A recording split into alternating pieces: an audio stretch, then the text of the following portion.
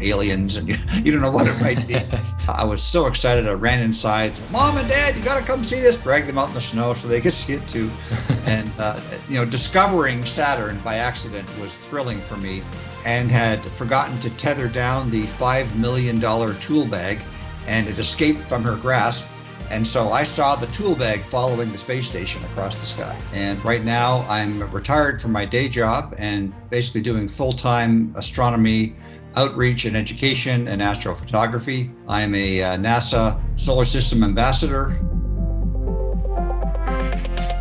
Welcome back on the SpaceInfo podcast. Here we talk about space and everything related to it. If you are passionate about space, astronomy, technology and everything about it, you can join all our social platforms at the SpaceInfo Club or our website at www.spaceinfo.club, where tons of content and a community of experts are there waiting for you.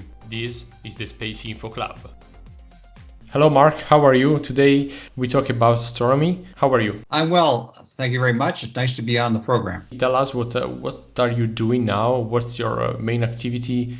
All right, okay. So hello everyone, it's Mark Johnston. I'm known on social media as AZ Astro Guy, and I've been interested in astronomy since I was a child. And right now I'm retired from my day job and basically doing full-time astronomy outreach and education and astrophotography. I'm a NASA Solar System Ambassador. I've also got a Exceptional Outreach Award from Night Sky Network, and I have also a number of awards from other groups. I'm the Vice President of the Phoenix Astronomical Society here in Phoenix, Arizona in the USA, and I'm very interested in astronomy and devour all sorts of information on the topic as much as I can. I do about 125 public outreach events every year. I did one last night and the night before. And I really enjoy helping people learn more about the universe. I think that this is amazing. That's really a huge number of events, so congrats. And okay, so maybe you just want to tell us how your journey began in this field. So what just sparked your interest, your passion in astronomy and astrophotography? Probably two things. So first of all, when I was 10 or 11 years old, my parents gave me a telescope for Christmas. It was a cheap 60 millimeter Tasco refractor, and I took it out in the snow in the backyard in Ontario, Canada, and didn't really know what I was doing. I saw one particularly bright star, and when I focused on it, I realized I was seeing Saturn with the rings. You could even see the Cassini division in a small telescope and a couple of the moons. And I was so excited, I ran inside. Mom and Dad, you got to come see this. Drag them out in the snow so they could see it too. And discovering Saturn by accident was thrilling for me. As anyone who's looked through a telescope knows, Saturn is arguably one of the most exciting things you can see visually through a telescope. So I saw that one of the first nights I was out with my telescope. And also later that year, the first Apollo astronauts landed on the moon. And I remember being up at a cottage in Northern Ontario and looking at a little black and white television as a child and seeing Neil Armstrong step down the ladder and make the first steps on the moon, and looking up through the window at the sky and seeing the gibbous moon hanging there and knowing that someone was actually walking there right now was just so impactful to a young child. So those two events, I think, really helped spark an interest for me. I've always been interested in science. I ended up getting a degree in electrical engineering. But in fact, there's a bit of a funny story there. So I thought I would go into astronomy as a career. And I assumed that after I left high school, I would go to university and study astronomy, be an astrophysicist perhaps. And then I looked into it and I found out that if you're doing astronomy, I had visions originally that you're simply looking in the eyepiece through big telescopes and seeing wonderful things in the sky. And I found that the reality was there's a telescope operator who captures the images on a camera, and then he emails you the images and you sit in a cubicle and you do math. And I thought, that's not much fun. That's not what my vision was for astronomy. So instead I went into electrical engineering, which turned out to be all math anyway. So I didn't escape the math. But in any event, I've had many telescopes since then. I currently have 5, and I use them all the time. Last weekend, I was out at one of the best facilities in North America called the Chiricahua Astronomy Complex. It's Bortle 1, which I measured a sky reading of 21.82, which is extremely dark. And I had multiple telescopes set up, and I was imaging objects throughout the night, every night that I was there. So I have a real passion for it, and I enjoy explaining astronomy and answering questions for people. And it's great when people sort of realize that they're looking back in time. When they look up at the sky, I often will point at the middle star in Orion's belt and tell people that light left 2,000 years ago and just got here tonight.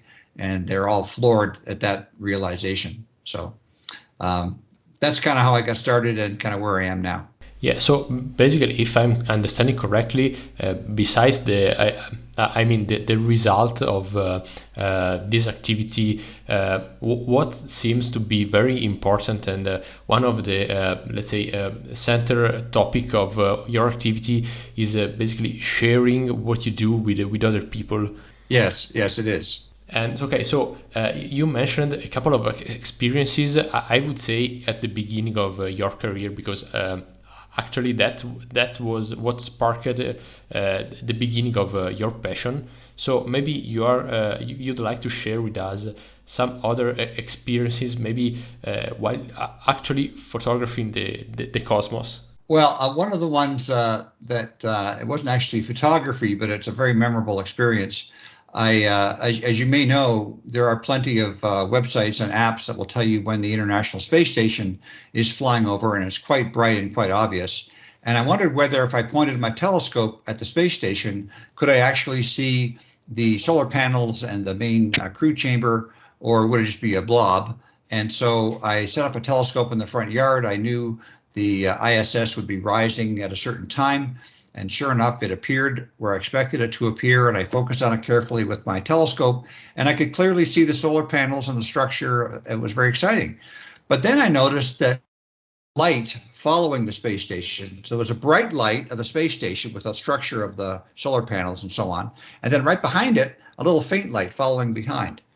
And at first I thought, is there perhaps a reflection in the optics? Is there some sort of problem with my system? But I had a very high-end apochromatic refractor telescope. It was no issue there at all. It was actually a real object following the space station, something very small, but it was there and I could see it. And I followed it all the way across the sky. It trailed right behind the space station all the way across the sky.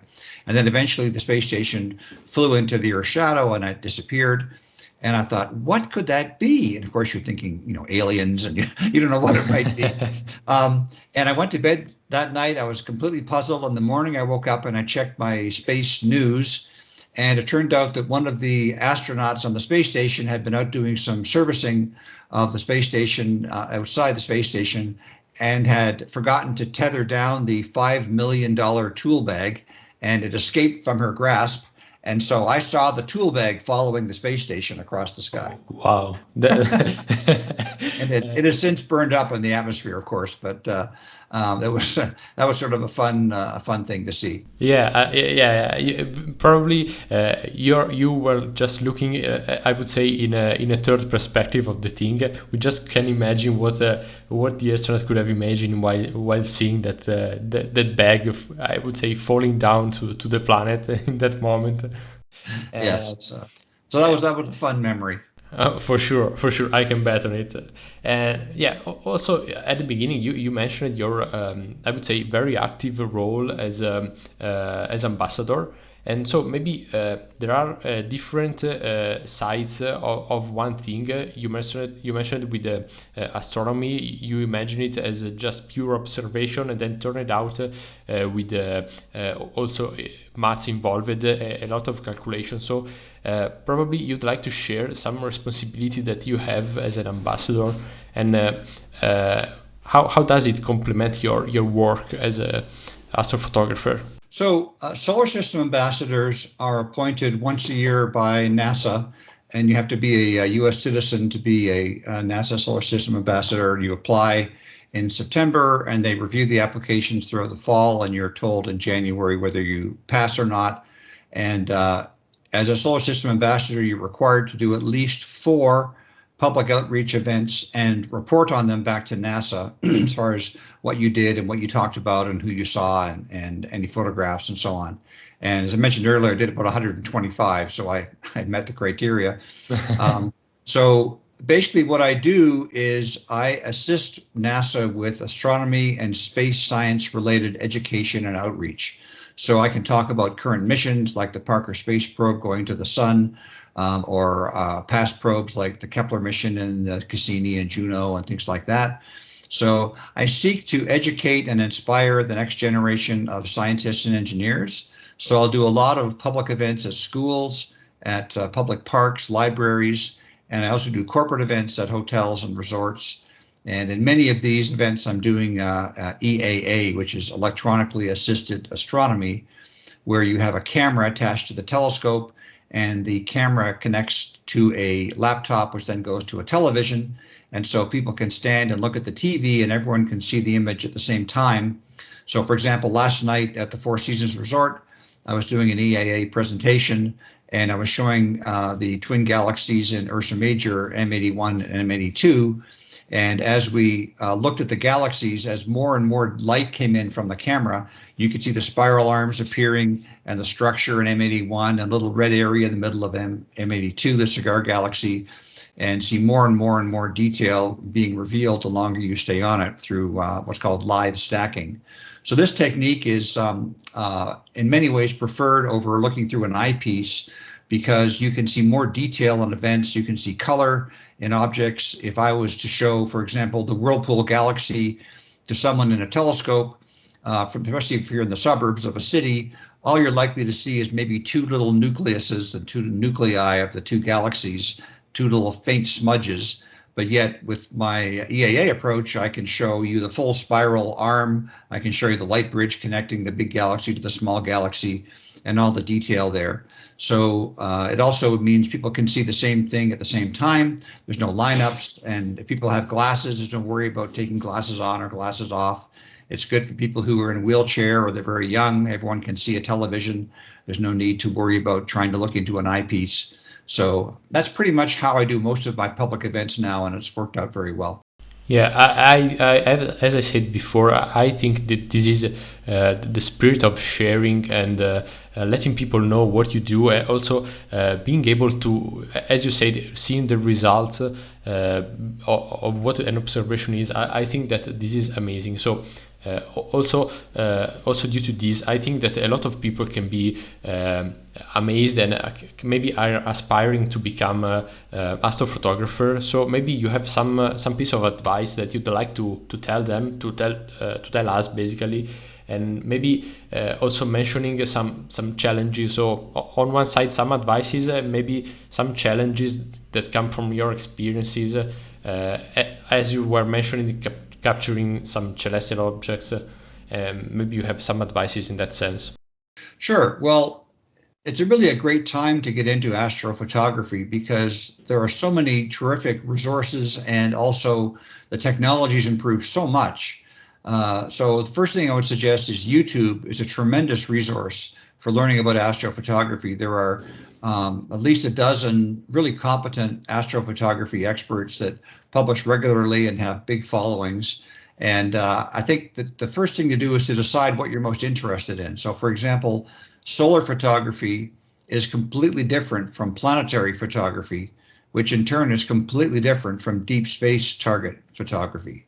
So if you want to shoot a galaxy, it's a very different process than shooting Jupiter or the moon or the sun. So the first thing to do is kind of decide what you're most interested in, because that will take you in a different path. And you also should think about whether there's an alignment between your location. For example, it's difficult but not impossible to image a faint galaxy from the city. That's pretty challenging. And your budget and your time. How much time do you have? Is it okay for you to stay up late? Would you rather do things yourself and monitor them, or set things up to work automatically? So you can invest in tools that will be automated and can turn the telescope on at a certain time of night when it's dark and take the images and then turn it off again while you're still sleeping. That takes a little more effort, but there are a lot of tools now that make this automation much easier than it was in the old days. So you can take a terrific photograph of the moon in a few seconds, but you should expect to spend hours and hours of data if you want to get a good image of a nebula or a galaxy. Yeah, so one of the thing that just hit me while you were talking is the fact that you can set your basically your rig while you're you say while you're sleeping. So this kind of automation, I think that is amazing. I don't know if just probably on my side, what I'm thinking that that's not really the spirit of the observation. Just getting down in the cold, spending the time waiting for the result. Maybe it's different. Maybe it's also different from when you began your journey, I would say. Yeah. So, and there are other ways too. Like there's a company called Telescope Live, where you can get a subscription, and then you can download images taken by their telescopes from observatories around the world and just learn how to process them. So you take the raw data and you create the picture from their raw data. But when I was starting off, I had you have to picture this. I had a big table and I had these laminated sheets about this big of star charts, about 24 of them for the Northern Hemisphere. And I would look up in my binoculars and I'd see a bright star and I'd say, okay, the object I'm looking for is about 5 degrees to the southwest. So I'd find the chart that had the big star on it, and I'd star hop to another star, look back at the chart, look back in the binoculars, move the telescope a little bit, and I'd repeat this process 5 or 6 times to find, the globular cluster or the galaxy that I was looking for. And it took a tremendous amount of time. It was very satisfying, but it forced you to learn a lot more about the sky. But now, of course, with most of the mounts we have, the mounts have these go-to functions in them, and you simply tell it once the telescope is aligned to, go to the Ring Nebula, and the telescope points right at it, and it's centered. So it's a lot easier now than it was in the old days. Yeah, and while you were talking, I can just imagine that the same time you spent just telling this sentence, it probably I think that same time that the telescope needs to align with the object you want to observe, and just I can only imagine the fact that you are I would say looking at a chart, a paper chart, and then you try to align and point your telescope, and then you probably need to wait some time to get the object you're hoping to observe to appear. But maybe if you're not correctly aligned, it doesn't simply appear. So you just need to reattempt and spend a lot of more time. So yeah, I think that this factor is really amazing and just gives an idea of how much technology is helping out today. Yeah, there's still a lot of challenges when you're trying to capture an object in the sky. Like, for example, an obvious one is clouds. So if it's cloudy, you can't do any astrophotography. Mm-hmm. But sometimes you have days where it's sort of cloudy, sort of sunny, and the weather forecast is sort of nebulous, a little dubious. And for a lot of us who live near cities, you need to get away from the city light if you want to get good images of what are called broadband targets like galaxies and globular clusters and star clusters and things like that. Nebula tend to be more forgiving. You can use filters from the city and get good pictures of them, but it's harder, not impossible, but harder to get good images of broadband targets unless you get away from the city light. So if I'm thinking about, do I want to take an hour and a half drive away from the city and go out to the desert or the mountains where it's dark, I don't want to go all the way out there and have it be cloudy. So there are a number of apps you can get now for your phone and of course on the web that will predict what the cloud cover is going to be by the hour for your location. And what I do, I have about 8 of these, and I will look at all 8 of them and take the average and see, because that usually gives you a good sense of what's going to happen. And if they don't all, if let's say 6 out of 8 are calling for mostly clear skies, then I won't go, because I've had times where I've driven a long way and then it ended up being cloudy. For some types of objects, the seeing is important, and seeing is an astronomical term that describes how turbulent the air is. So you could have a clear sky and think it's terrific to look at planets or the sun, but these objects are very susceptible to air currents causing distortions and giving you a difficult time getting good pictures of them. So similarly, there are other apps that tell you about the seeing predictions, ones like Astrospheric and Meteo Blue, and a few other ones. And they help you predict whether you can get a good photograph of the sun with the solar telescope or planets, for example. There's a lot of advancement that we've seen in this area. I mentioned already the go-to mounts. We used to be, if you had an equatorial mount, you had to align it on Polaris, on the North Star, if you're in the Northern Hemisphere. And that was a complicated process. It required looking through a little reticule and rotating it and making adjustments with thumb wheels. And now this is all very automated with the new mounts that are out there now. We have much better filters that can filter out city lights, especially for nebula, than we had in the past. We have autofocusers. You can simply tell the telescope, go get focused, and it will focus itself over 2 or 3 minutes, and you have a pinpoint sharp focus. And you have adapters that can reduce the focal ratio. So take a telescope that's nominally, say, an f7 and turn it into an f4.5, or a Schmidt-Cassegrain telescope that's an f10 and make it an f2, which gives you much more light gathering much faster. And it makes it easier to find, align, and stay focused on a target. So all these things make it much easier now than it was in the past to get a really good picture of something in the sky.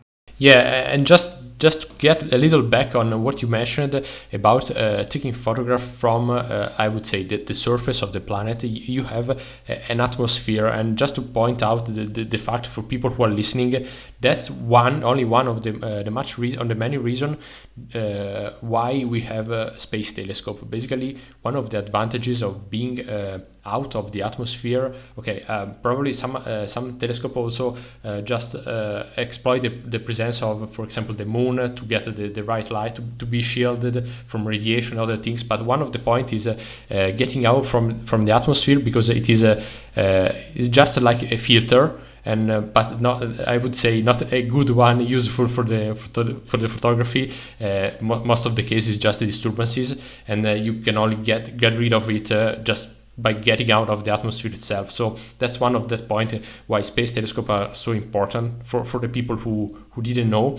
And I see on your approach, you say that you don't really like maths, or at least you didn't really like it at the beginning in this field. But I see that you have a really, I would say, engineeristic approach to what you do. You're really schematic. Really, you just get a lot of data before acting. I don't know if these are probably comes from your experience, but also from the will of optimizing what you're doing, probably. Mm-hmm. Yeah. Okay, so on this side, there is this approach, but a lot of people, when look at your photographs, probably are just amazed from what they are seeing. So there is a sort of, I would say, artistic side in it. So probably you are also trying to balance these two aspects while during your activity, I mean. Yeah. So you're right. There's a lot of things that have to go right to get a good picture of, say, a galaxy. You have to have a stable mount, good guiding, consistent focus, the right exposure, correct binning. All these things have to be correct. And then you finally get an image, but that alone doesn't mean it's going to be a great picture. So some of the artistic aspects include, framing, for example. So is the object crowded in the field with not much space around it? So for example, last weekend when I was at the Chiricahua Astronomy Complex, I took a wide field photograph of the Crescent Nebula, which is NGC 6888 in Cygnus.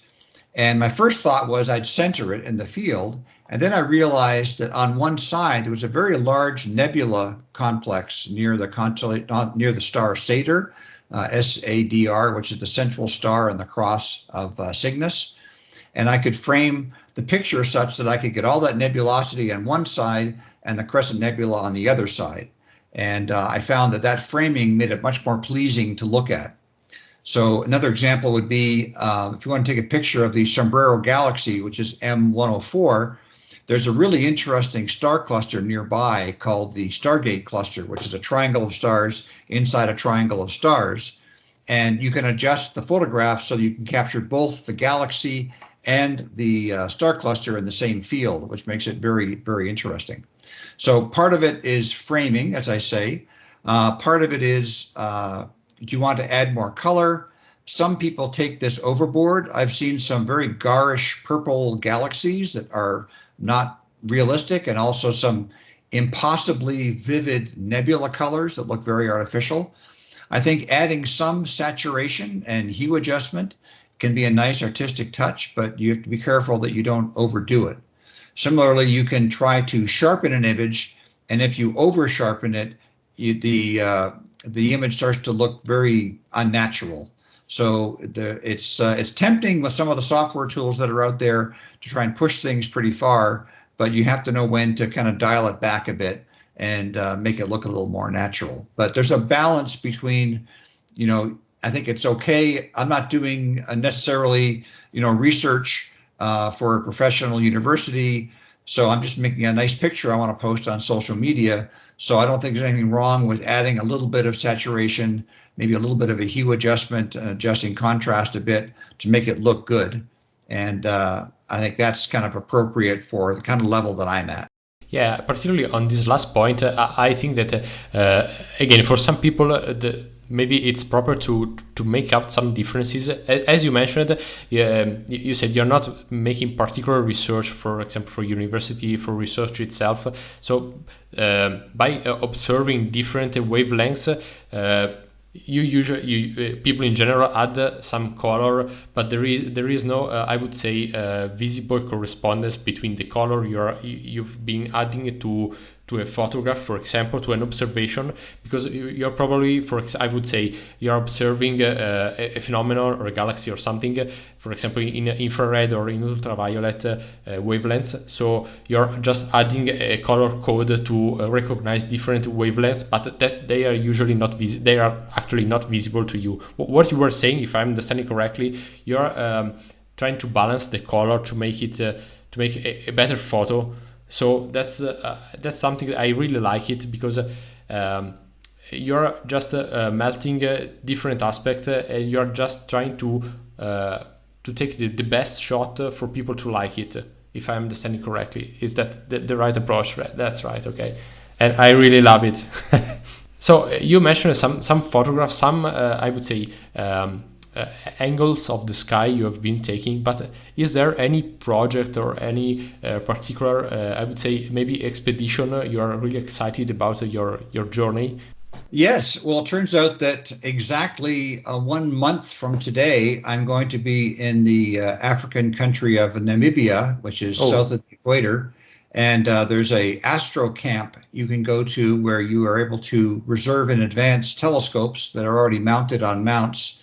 So a friend and I are going to bring some cameras and ASI air controllers and cables and a few other things. And we already have a list of southern hemisphere targets that are impossible to see from North America, from anywhere north of the equator, basically. And in Arizona, I'm fortunate that we are far enough south that I can barely image some objects like Centaurus A radio galaxy or the Omega Centauri globular cluster. In fact, I saw that last night, but it's very, very low, only about 5 degrees above the southern horizon. So it's very low in the sky. But from Namibia, these things will be overhead. I'll be able to see the center of the Milky Way directly at the zenith, which I've never seen, from here, at least with a telescope. And so the other advantage to that time of year is that in the southern hemisphere, in June, it's winter. And it'll be the longest nights of the year. So we're going to have about 12 to 13 hours of darkness with lots of time to image objects. So we're going to be there for about 4 nights, and we're excited to get hopefully some images of things that we've never been able to capture before. So that's one project that we're excited about. And then anyone who's kind of followed me or looked into my YouTube channel or my images knows that I do a great deal of solar imaging. And I have a very good Lunt 100 millimeter double stacked refractor telescope. And I'm looking at making a modification to my Tech 160 refractor to turn it into a hydrogen alpha telescope. So we'll see how that goes. Some of the parts I have are very long lead time, so I can't go into too much detail right now, but it's going to be kind of a custom project. And if it all works well, I should be able to get some very high resolution images of the sun, especially of things like sunspots and prominences and filaments in the months to come once I get all these parts together and assembled. Maybe you'd like to mention something that's special on your activity, some subject you consider special for you. Well, in all the things that we're talking about imaging at the moment and not just on public outreach, which I enjoy tremendously. But as far as when I'm alone and I'm taking pictures, probably the favorite thing that I like to look at is the sun. And of course, I should make the obligatory comment, you only want to look at the sun if you have proper solar telescope or proper filters that can make it safe to do so. It's very easy to get blinded looking at the sun if you have the improper equipment. But assuming you've got the right gear, the sun is the only target in the sky that is completely different every day you look at it. So every day there's new prominences on the limb, there are new filaments, there's new active regions, sunspots are moving across the surface, and so you're seeing a new picture all the time. And especially now that we're approaching solar maximum in late 2024, we're seeing a lot of activity on the sun. It makes it really interesting. I took a picture this morning of a gigantic prominence on the sun that was not there yesterday. So the sun is really interesting to look at, plus you don't lose any sleep doing the sun, whereas most other things you look at, you have to stay up late to get pictures of them, and that can, unless you've got it all automated, can interfere with your sleep patterns. The sun you can do during the day. So probably the sun is my favorite thing to look at. But other than that, I do enjoy the brighter nebula, like the Helix Nebula, the North American Nebula. And I really like the look of the spiral galaxies like the Whirlpool Galaxy and the Pinwheel Galaxy. Those are fun. Those are ones that I think the public, when I'm doing an EAA presentation, appreciate the most as well. Yeah, and I think that we all can appreciate it, them on your Instagram feed. They're amazing photo. Thanks. Yeah, I'm just posting some now from my last trip to the Chiricahua complex, and over the next 4 or 5 days, I'll be posting new photographs I've taken from that weekend. That was very productive down there. Yeah, actually, I'm sharing your YouTube channel also on the video, so people who are looking for a AZ Astro Guy can find you on YouTube and also on Instagram, where I first found you. And you have a lot of amazing images, so I really invite people go and look for your channel or your content, because that's really amazing, and that's really a pleasure. And so probably people will be inspired by these images, as I am actually. And so what do you think is the role of astrophotography in making this, in building this inspiration to people, and I would say building the wheel to understand how the universe works actually? Well, I think learning astrophotography forces you to understand more about the night sky. It's a challenge. There's a lot to understand. You have to have, as I mentioned earlier, everything has to go right. You have to have a stable mount, and you have to have a good telescope, and you have to be in focus, and you have to be guiding properly and tracking on the target. And sometimes you might have to use a filter, and you have to get enough light, and you have to get enough subs of these light, the number of pictures you can combine. Then there's the whole post-processing aspect.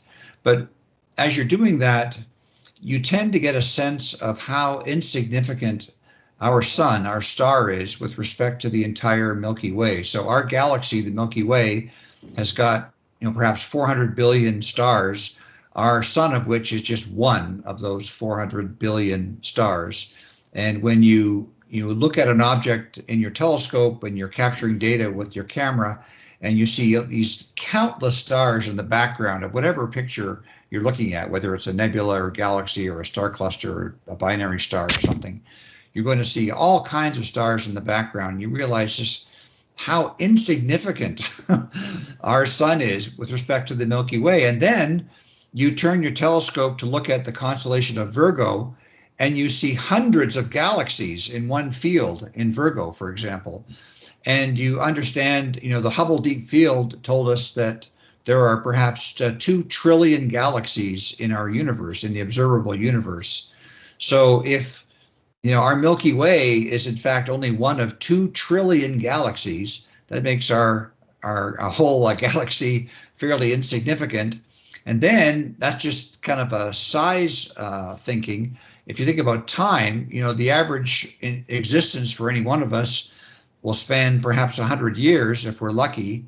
And the universe is many billions of years old. So we're only looking at one very tiny slice of time in the immense, vast length of the time the universe has been around and will, of course, go into the future. So for me, understanding how lucky we are to understand what we see out there and our place in the cosmos being so small and so insignificant, it keeps you humble. I think it helps with perspective. Somebody cuts you off on the highway with their car, and I think, well, in a billion years it won't matter, and we're just one little planet going around one star, 400 billion in one of 2 trillion galaxies. It's really not meant to really matter, and so I find that it sort of helps me keep my balance with life in general. Yeah, that's a really a good perspective to take when looking at life. And okay, so I think I just have to thank you for the great interview. That was a real pleasure for me. And I remember again your contact on the socials, which is AZ Astro Guy. And okay, people, so just give a look to these images because they're amazing. So thank you, Mark, for being here. Well, thanks very much for having me on. I enjoyed it. So see you next time. Bye. Thank you. Bye-bye.